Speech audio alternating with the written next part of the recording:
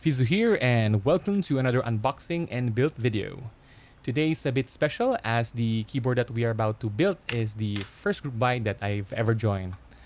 Back then, when I decided to get into this hobby, I was shocked to find out that you cannot simply just go online and buy a custom keyboard because everything's sold out. And joining group buys is the normal route to take. Anyways, I've waited 5 months for this, so let's get started. Inside the box, you'll find a braided USB cable, rubber feet, screws, and surprisingly extra hot swap sockets. They've also included this random keycaps.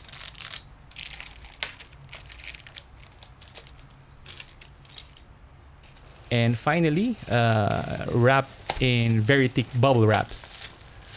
I think this is this is definitely the keyboard itself. While unpacking, let's just go through the difference between the board versions.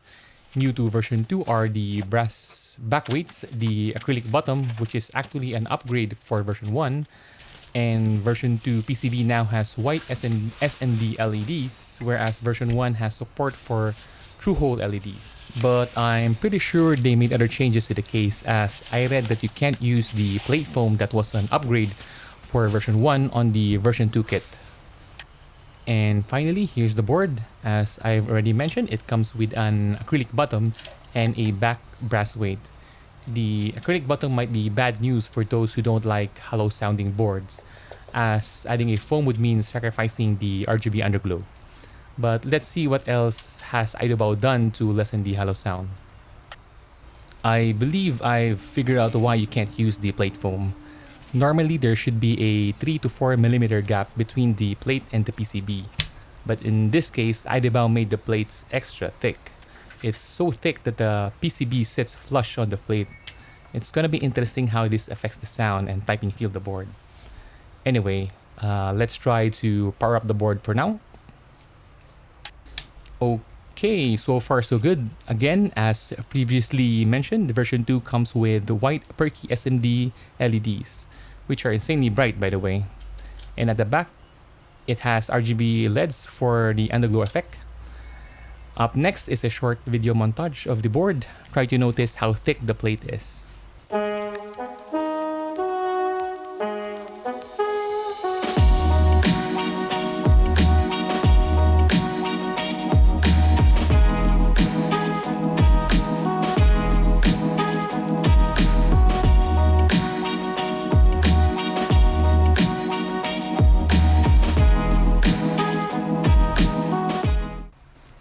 Hopefully you guys notice the plate thickness. I'm really curious as to how a board with such super thick plate would turn out. So let's proceed with the build. For this build, I've decided to go with the Everglide Dark Jade switches, Lube with Tribosys 3203 and Krytox 105 on the springs. As usual, I'll shut up now to let you enjoy the rest of the build.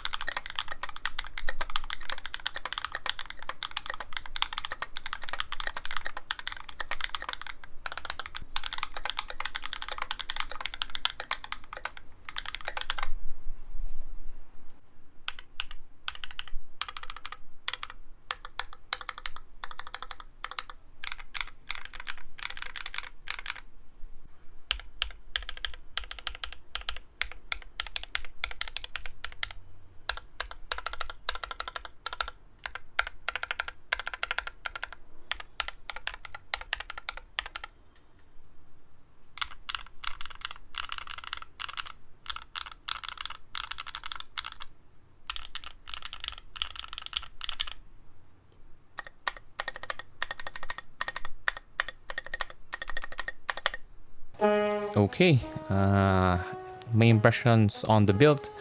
Let's start with the extra thick plate. It's pretty much guaranteed that bottoming out the switch would be harsh. In fact, I think using the dark jade for the build wasn't really optimal.